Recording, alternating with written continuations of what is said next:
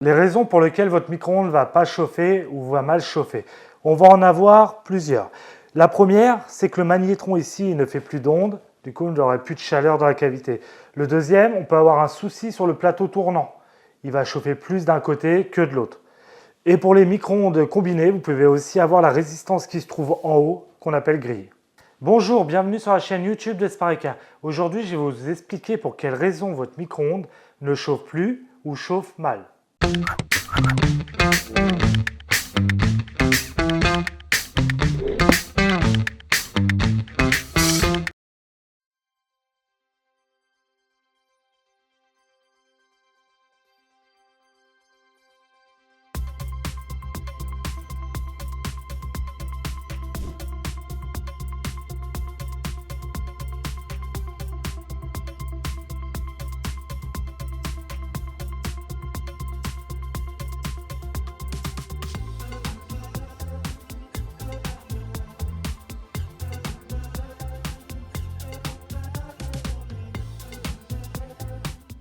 Une chose à savoir avant toute intervention sur le micro-ondes, il va falloir décharger le condensateur ici qui est chargé.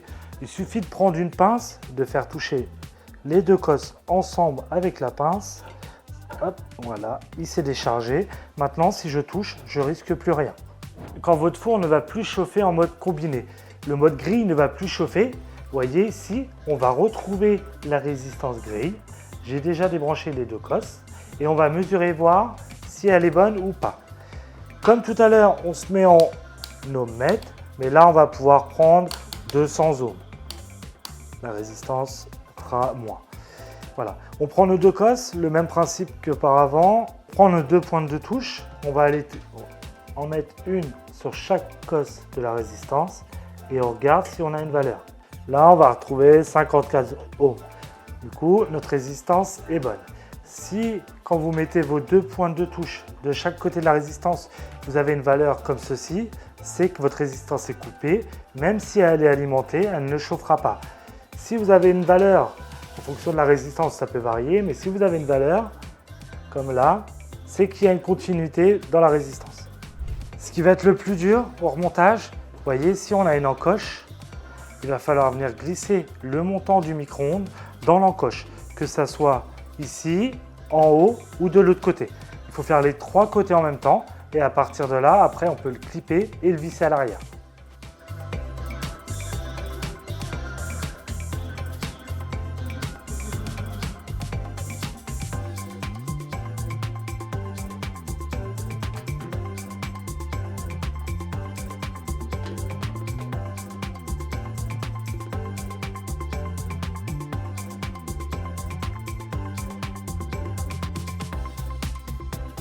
Voilà, la vidéo se termine. Si vous avez aimé la vidéo, n'hésitez pas à vous abonner pour voir toutes nos vidéos sur tout l'univers de la maison pour vous aider à réparer et sauver vos appareils.